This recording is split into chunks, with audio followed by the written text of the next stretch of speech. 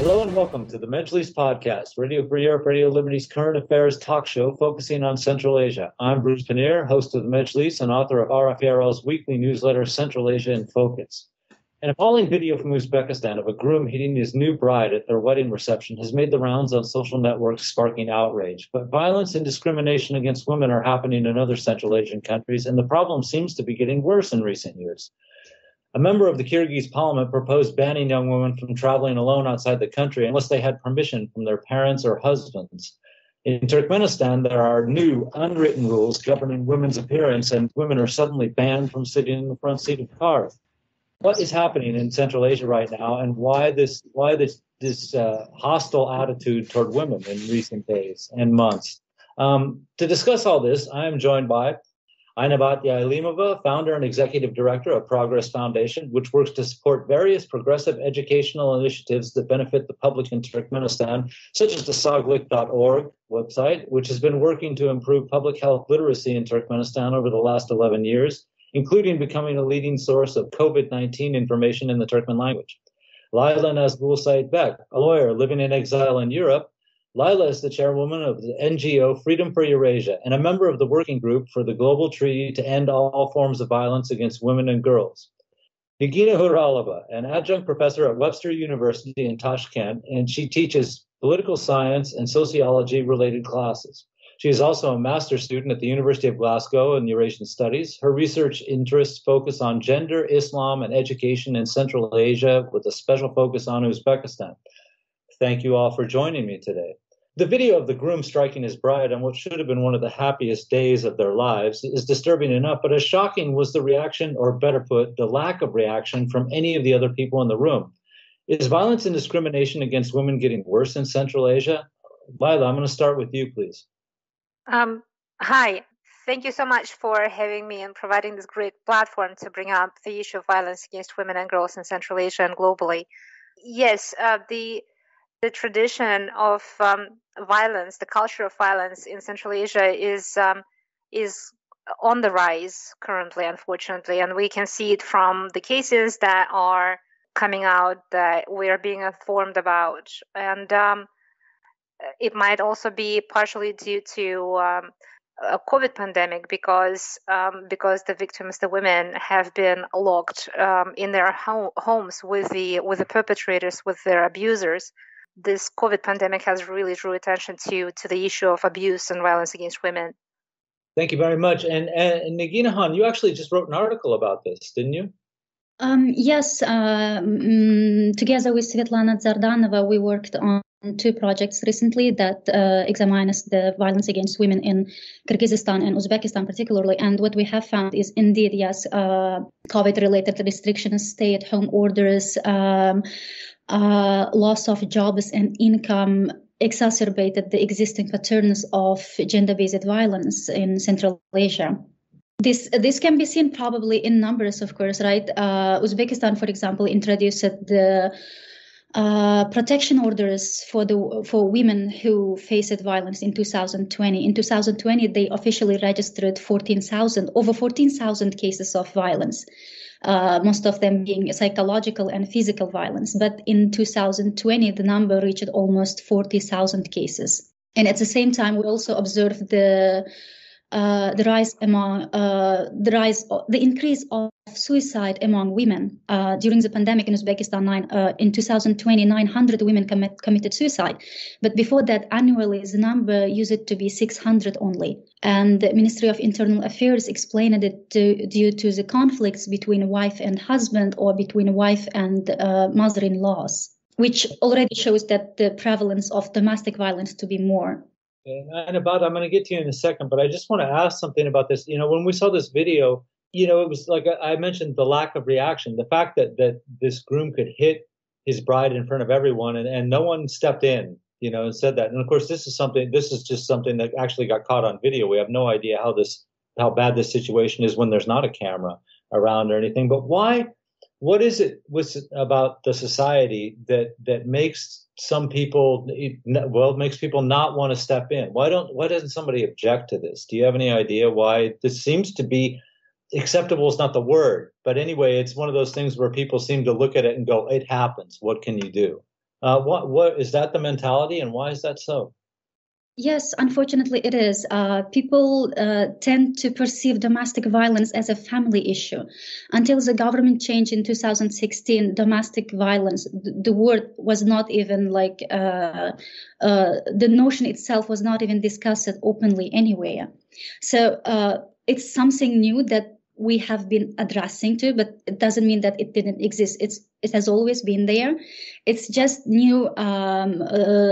Maybe technology is allowing it more and more to be visible, and also the political will also is allowing. But the nature of the public perception is still most of the time is domestic violence is a family matter.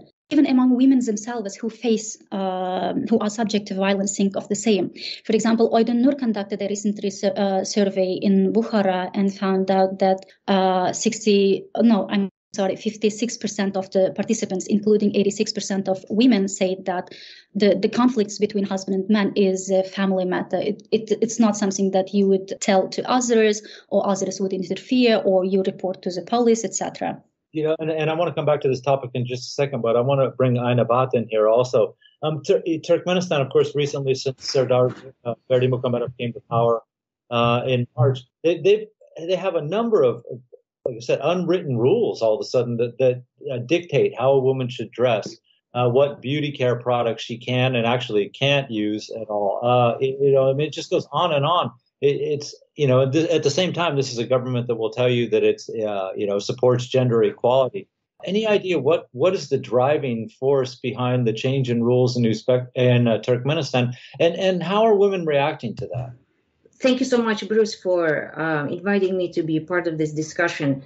Yes, there is a wave of negative publicity around this news developments in Turkmenistan.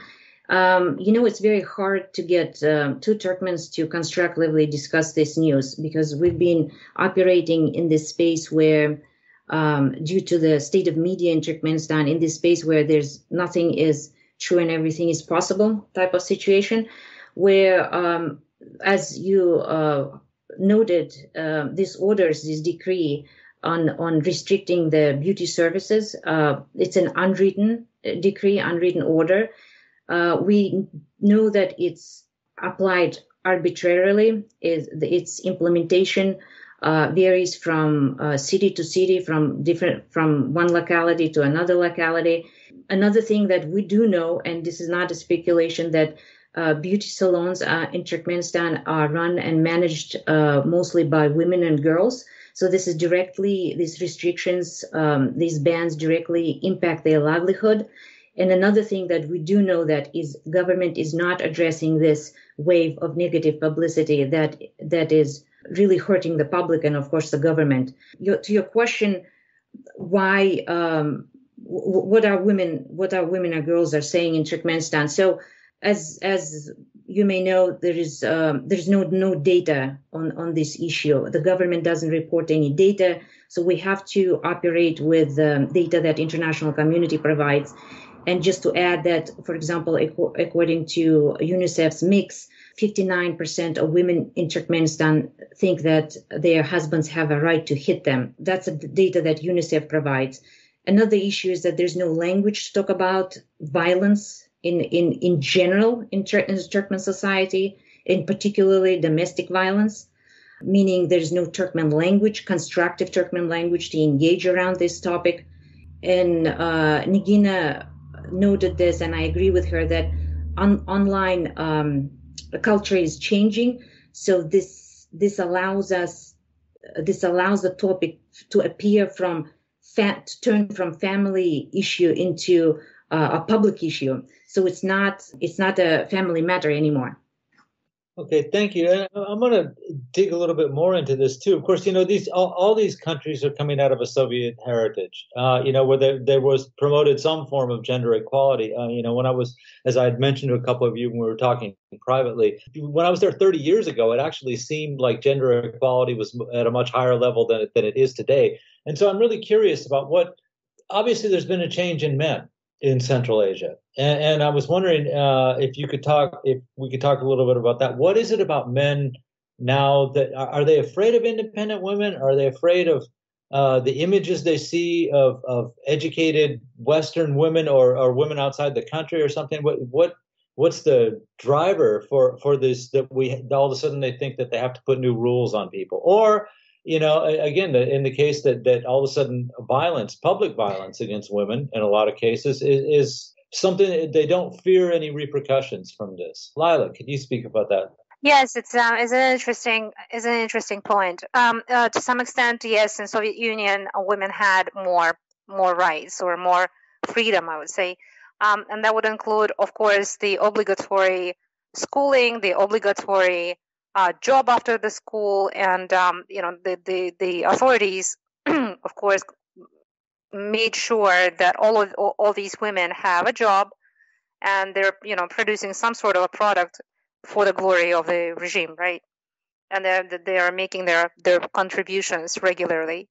The thing is, though, during Soviet Union, the women were not only used as workforce, which obviously after the Second World War was a big contribution, and the female workforce was a big portion of that, because there weren't that many men left after the war. The domestic work still remained the obligation of the woman.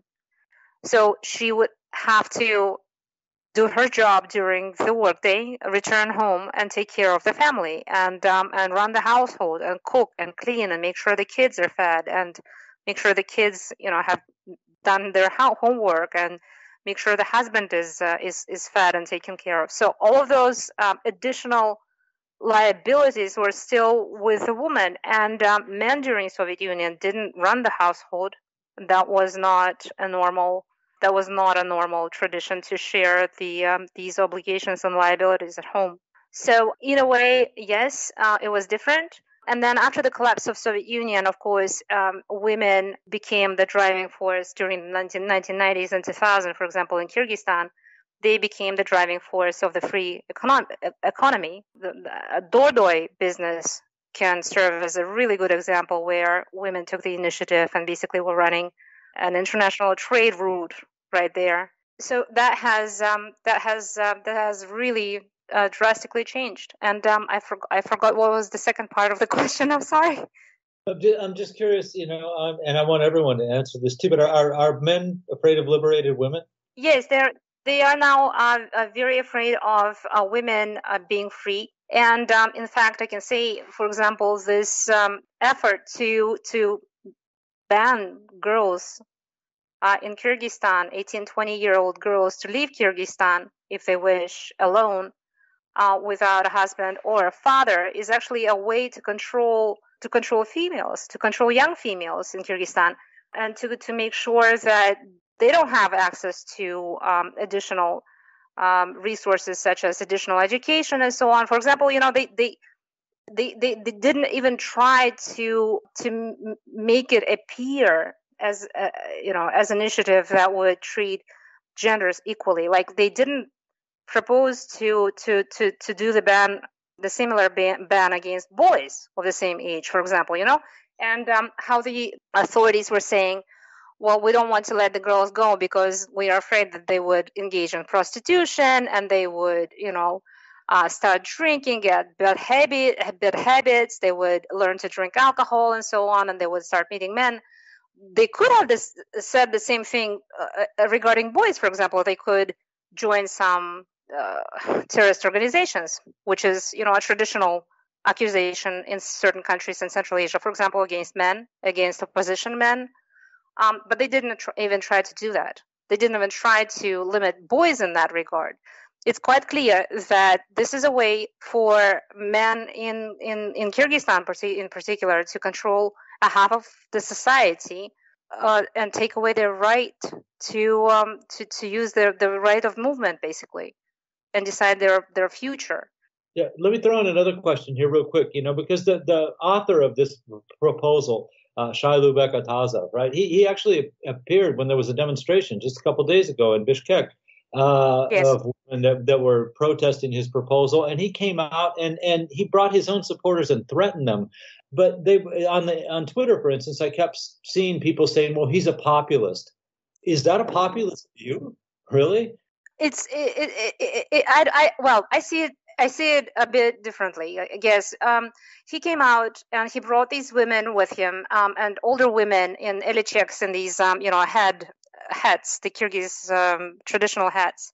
They normally sort of like represent a wise older woman in a Kyrgyz family traditionally. And so he brought these women with him who were basically preaching that girls should submit to the control of men that want to take away their right of movement, and actually, which leads to a loss of a number of other rights, such as access to education overseas, for example, as well.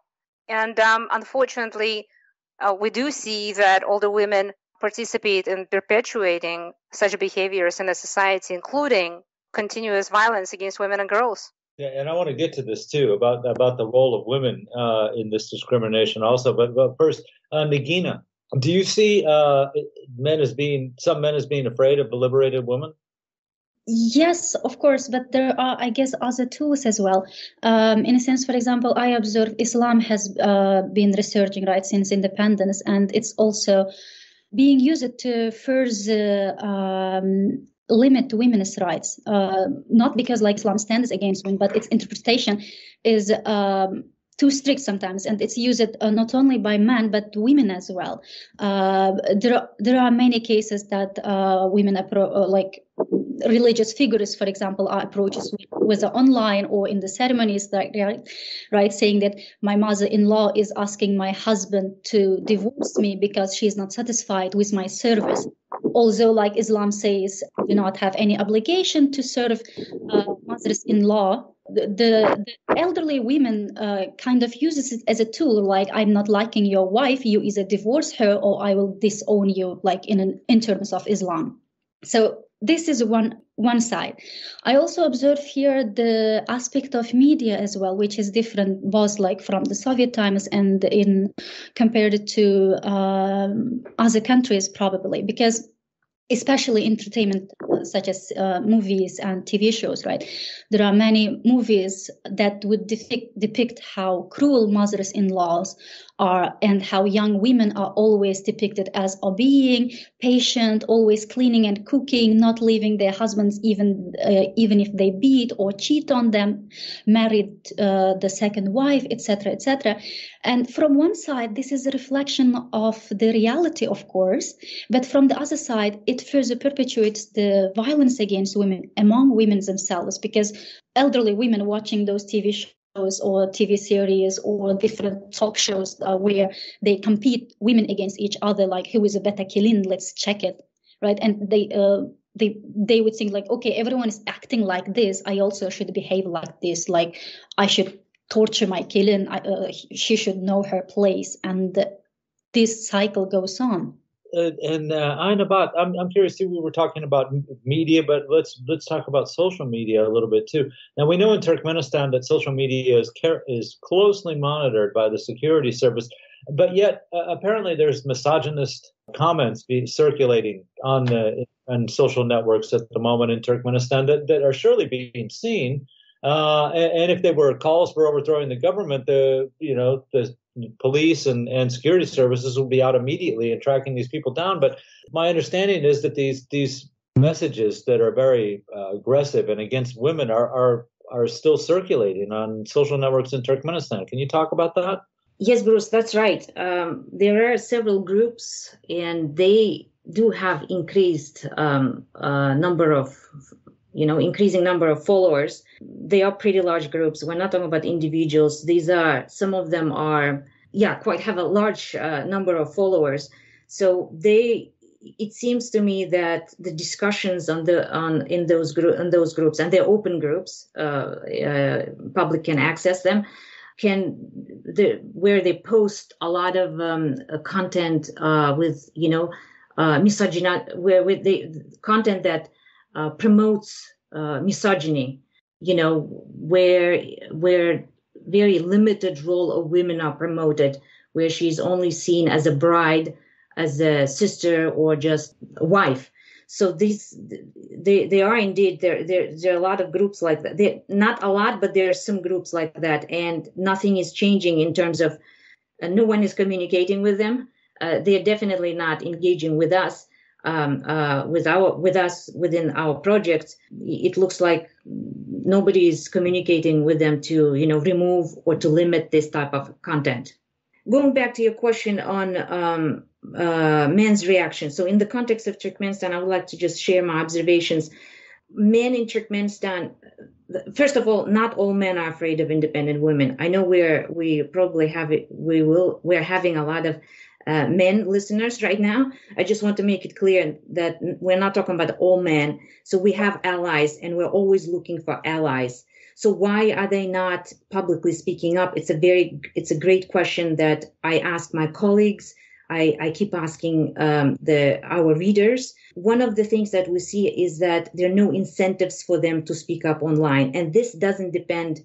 This has nothing to do with it. It seems to me that it has nothing to do with their educational level, because there are also young men and boys who go and study outside of the country, and they come back and they have difficulties with surviving in the culture that promotes specific social and cultural norms, right? So they have no support. There is no genuine attempt to include them into conversations on gender equality, for example.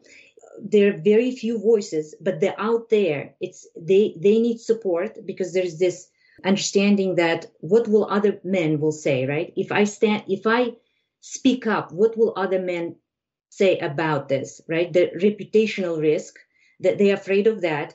And another thing is that, for example, I can see that this conversation is happening in limited spaces about men reflecting on how they grew up in abusive families in Turkmenistan, right? What their fathers did to their mothers and towards their sisters.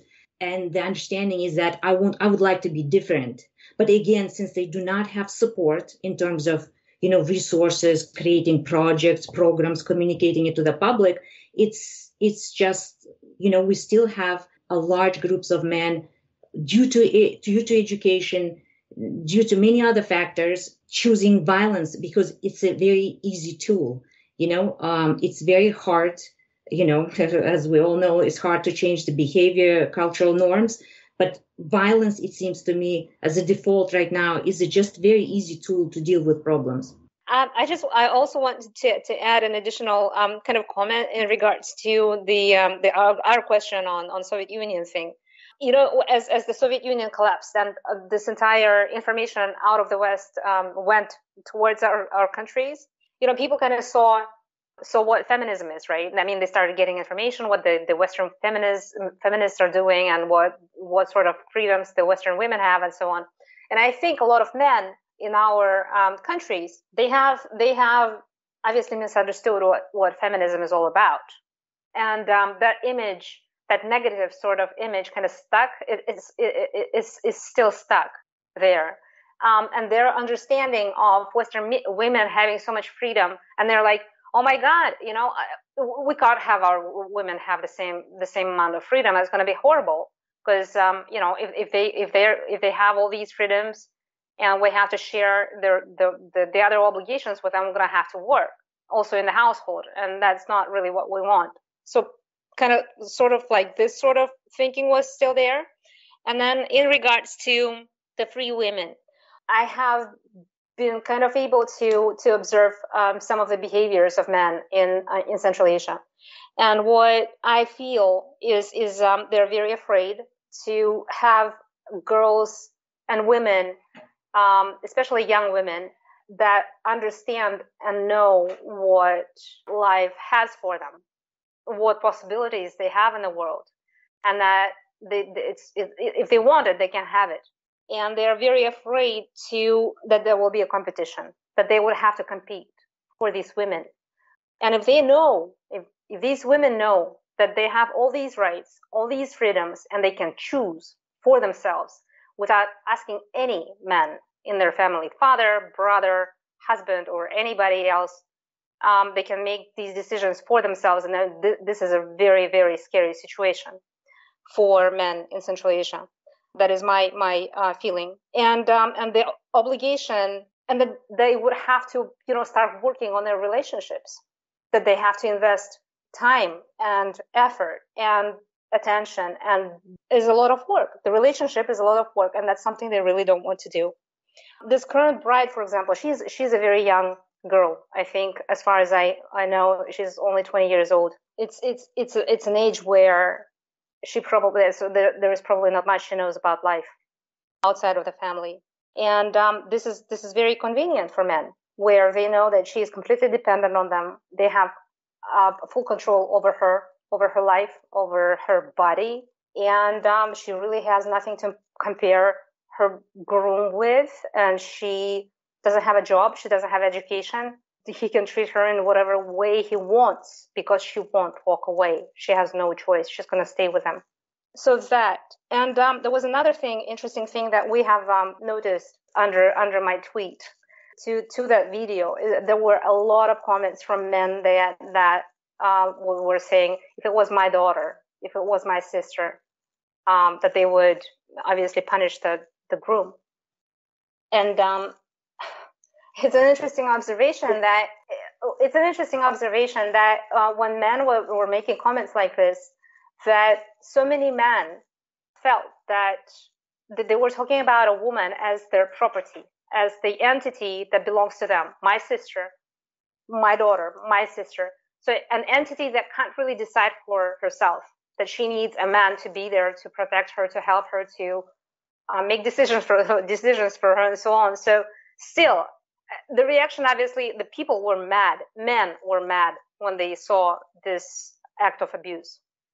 And they still yet kind of thought about this woman as their property, as someone who can't really make these decisions or defend herself on her own. It's an interesting observation. I agree. I hadn't thought about that, but it's not like as just an objective outsider that saw something like this, they wanted to intervene, but they looked at them. They mentioned that it would, if it was their sister or somebody who had a personal connection to them, then they would be willing to. Right. I mean, a woman is still kind of she is within the realm of the family. She always belongs to somebody. It's either the father, the brother, or the husband. She can't be by herself and not belonging to anyone. That's kind of unthinkable, right? That you can be actually your own and nobody else's. This is, again, the RFARL's Majlis podcast, a weekly podcast that looks at affairs in Central Asia.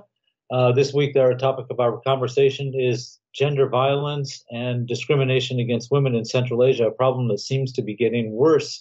Today, I am joined in the studio by Laila Nazgul Saidbek, a lawyer living in exile in Europe and originally from Kyrgyzstan. And she is working with NGO Freedom for Eurasia and is also a member of a working group for a global treaty to end all forms of violence against women and girls. Niginhan Oralova, an adjunct professor at Webster University in Tashkent, who teaches political science and sociology-related classes. She is also a master's student at the University of Glasgow in Eurasian Studies. Her research interests focus on gender, Islam, and education in Central Asia, with a special focus on Uzbekistan. And Aynabat Yailimova, founder and executive director of Progress Foundation, which works to support various progressive educational initiatives that benefit the public in Turkmenistan, including Soglik.org, which has been working to improve public health literacy in Turkmenistan over the last 11 years, including becoming a leading source of COVID-19 information in the Turkmen language. I'm Bruce Pannier, the host of the Majlis podcast and author of the weekly Central Asia in Focus newsletter. And we are, again, discussing gender violence and discrimination against women. Thank you, guests.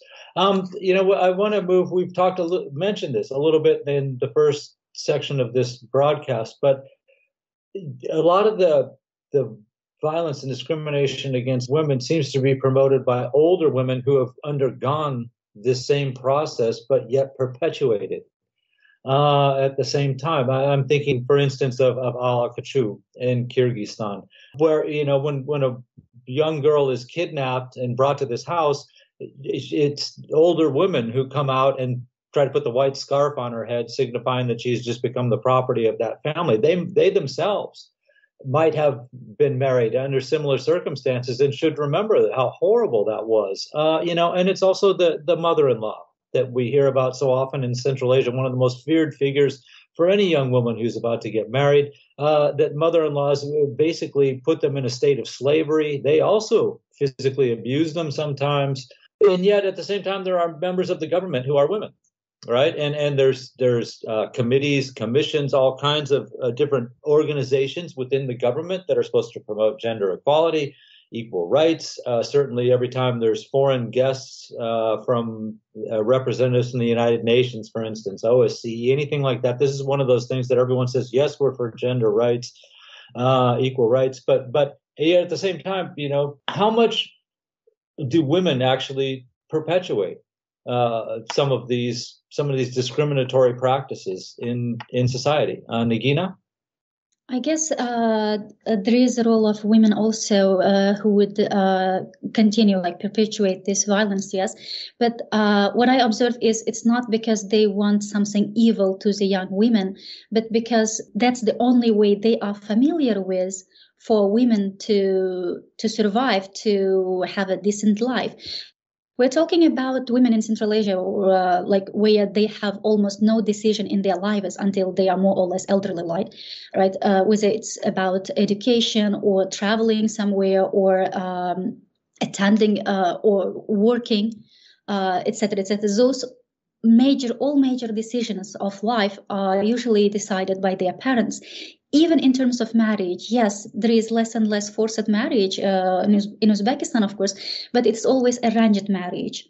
So it's usually the two parents find themselves and allow their sons and daughters go on a date, and the girl should decide with 2 or 3 daters, decide if she is going to marry that boy or another boy, right? And after that, it's always husband who decides for her what to wear, where to go, what to do, etc., etc. And then finally, when they become mothers-in-law, that's the place where she can somehow exert some power towards their killings. That's one way for them to take out all their bitterness that they have had so far. That's one thing. Another thing is the status of married women, because elderly women, as they perceive it, the only a good thing for a girl to happen is having a husband. That's why they are always you are not divorcing, we are not taking you back. If your husband is beating, just have sabr.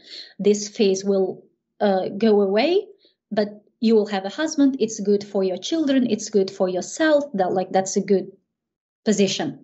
That's my observation so far. Thank you. Aynabat, what's the situation in Turkmenistan? Yes, so there are women who think that women are inferior, and the logic goes like this. So they think that they are following these traditions in the name of saving her honor, reputation, avre in Turkmen. And this has been done for many ages by our ancestors, atavalarımız. And we will continue doing this because it works. Definitely, they have not tried anything else. And they don't see anything else being tried and and shared in Turkmen culture. So they continue this a cycle of violence. And just to note that state media, in its production of movies, perpetuates this violence. And when we say violence, we don't, of course, only mean physical violence. It's verbal violence, emotional, psychological. So it's communicated, this inferior position of women and girls communicated through, movies, and this mother-in-law and daughter-in-law dynamics, husband and wife, chores, it is communicated the ideal of what good Turkmen wife should be. So it's very hard to stand up to this wave, of course. And Lila, the reason that I wanted to talk about this topic was specifically because former Kyrgyz president Rosa Otunbayeva, and I want to emphasize at this moment that is the only woman who's not only been president of Kyrgyzstan, but she's the only woman that's been a president of any Central Asian country. But she said a couple years ago, when they brought up the the topic of Alakachu, she was the one that said that yes, definitely, it's this strange tradition, and men bear the bulk of the responsibility for this, but that women also some women are involved in this also. And so I was wondering if you could talk about how that is in Kyrgyzstan, and how some women are reinforcing the very things that they undoubtedly didn't like when they were younger. Oh yes, definitely. I have a lot to say on this subject. I'll start with a story of how I was kidnapped when I was 16 years old. I just returned from a year as a Flex alumni in the United States. I was invited to a picnic by a friend of mine, a girl, and apparently that was a trick to get me into a car with young men whom I actually have never seen in my life. And so they bring me to the house of the groom-to-be, and I see women there. The house is full of older women, probably his sisters, aunties, grandmas, and so on. And so they place me in this room, and I'm sitting there thinking, what am I going to do, right? And I'm trying to speak with these women, and I'm like, I'm not going to marry. I have no plans to marry right now. You got to let me go. And they wouldn't listen to me. And so the only way I got out was because I actually got into a bad habit of smoking right around that time. So I started trying cigarettes. And I had a cigarette and a lighter in my purse that I left in the car when they dragged me into the house. So I asked one of the women if they can bring me the purse, and they gave me the purse. And I started smoking in that room. And so as soon as the people realized that the smell of smoke is coming out of the room, they opened the door. The door was locked. So they opened the door, and they're standing there looking at me with disdain, with such disgust on their face. It was unbelievable. And I was like, wow, what a reaction. And so obviously at that time I was deemed unfit. I was not, I was spoiled goods basically. And I was released. And what was amazing to me at that time, I thought, so, smoking makes me a horrible person, in the eyes of these people. But stealing my future, trying to, planning to rape me tonight is actually an acceptable thing for them. That was a shocking discovery for me. And one of the things that my mother told me as I was growing up, I was probably a teenager at that time, and I still remember that. She said, please do not ever, make sure that you do not ever live with the family of your husband. Whatever that family is, however nice they are, you have to make sure you live separately. And I think that was a really important advice. One of the things I also wanted to mention is the participation of women in the rape that follows the kidnapping.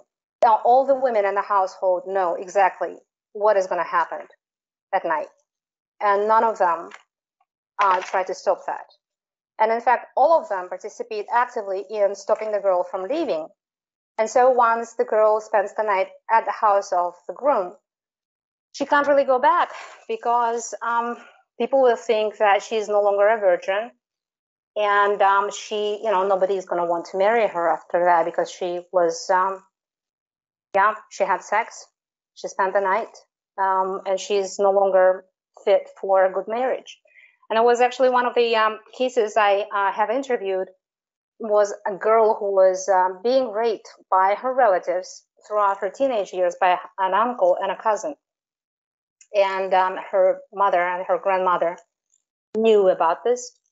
And as she grew up, she was about in her 20s. Her grandmother actually set up a marriage for her with one of the distant relatives in the village and arranged for her to be kidnapped.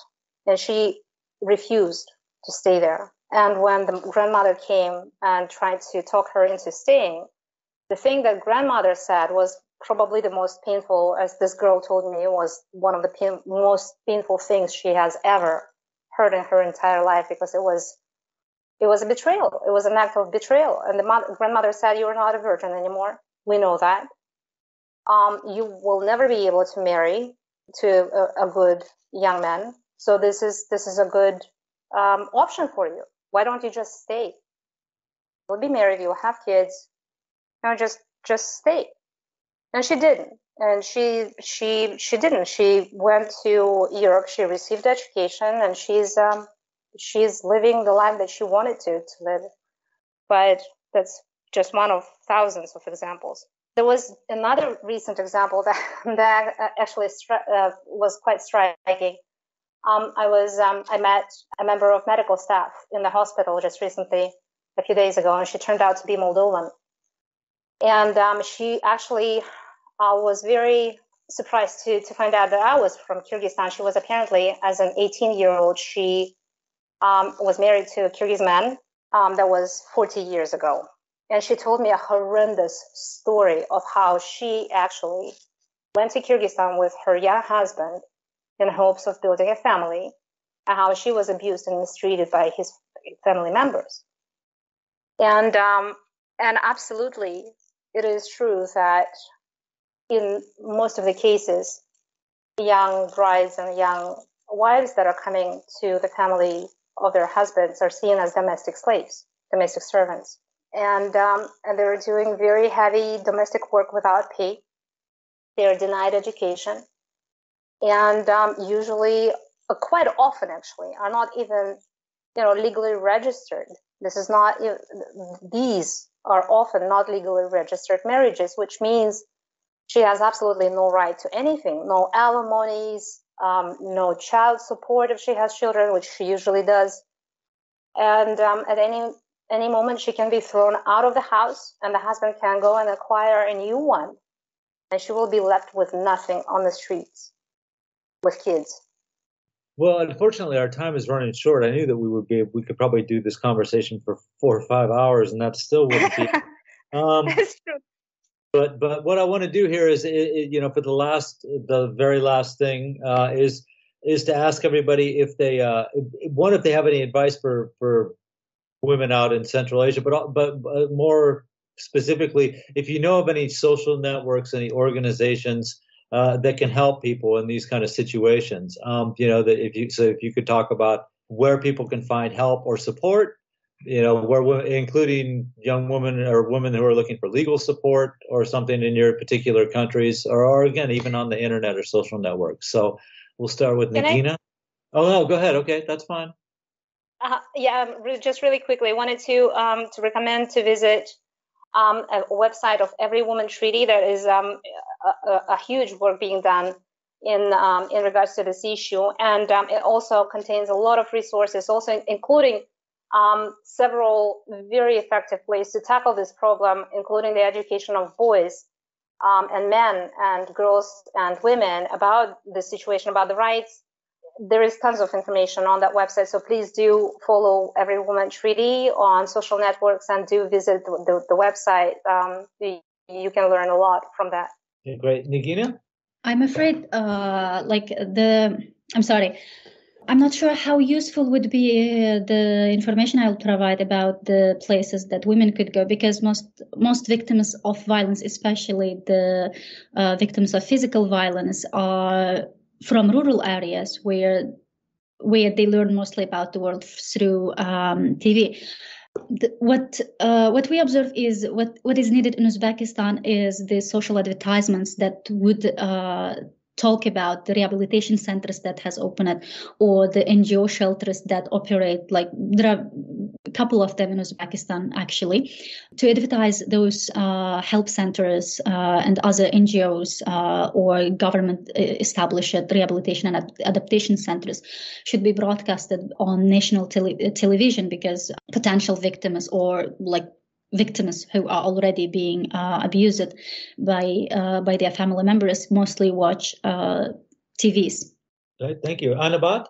So in our project at SAGLIC, we see domestic violence as a symptom of large structural issues, right? So just briefly, information that we provide, it directly relates to deteriorating educational and economic opportunities in Turkmenistan that results in poor health and educational outcomes in Turkmenistan, and also, deteriorating access to reproductive and sexual health, high child and maternal mortality rate, and also, I'm sure it's the same across Central Asia, it's absence of comprehensive sexuality education. So there's no magic solution to this problem, and we have to address, so many, deconstruct it and address it at many levels with allies, with partners. So I would recommend listeners, Turkmen speakers, Russian speakers living in Turkmenistan or outside, to share their stories under our campaign that we're running. It's called Dımma, Не молчи in Russian, and Don't Be Silent.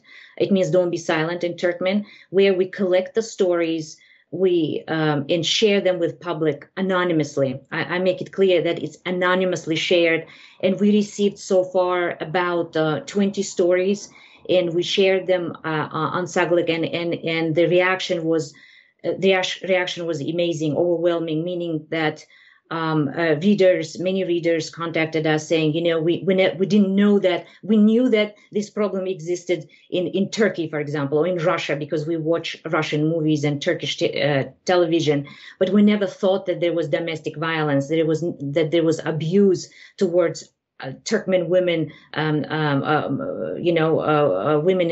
women and girls in Turkmenistan. So please contact us on Instagram or via email, and let's have this type of conversation, happening in Turkmen social media.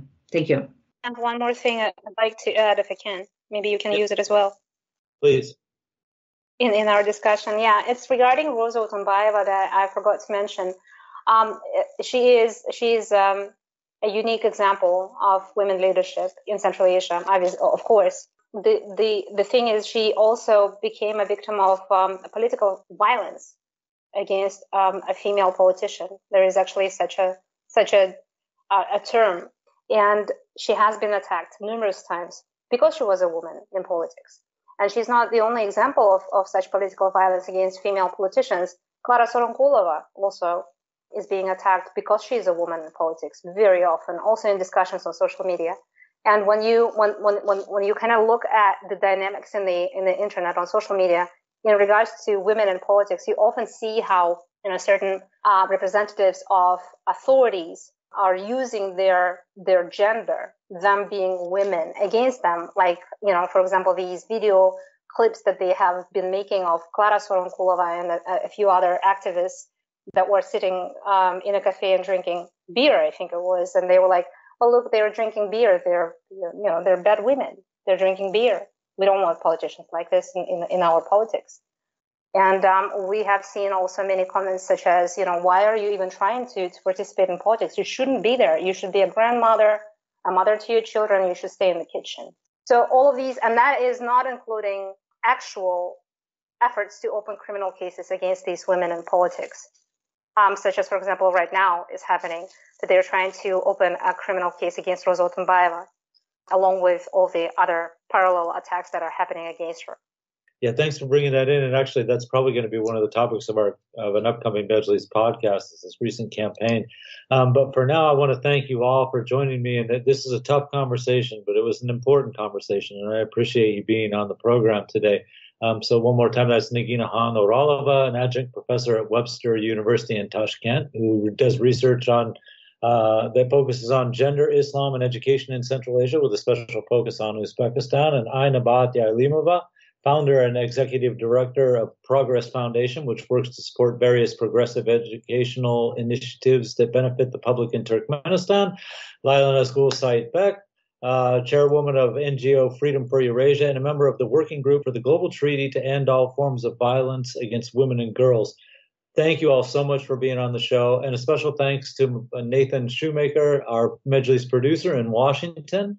I'm Bruce Pannier, once again, host of the Majlis podcast and author of the Central Asian Focus newsletter, which you can subscribe to by visiting the RFPRL website. That's rfprl.org. Thanks again, everybody, and we'll be back next week.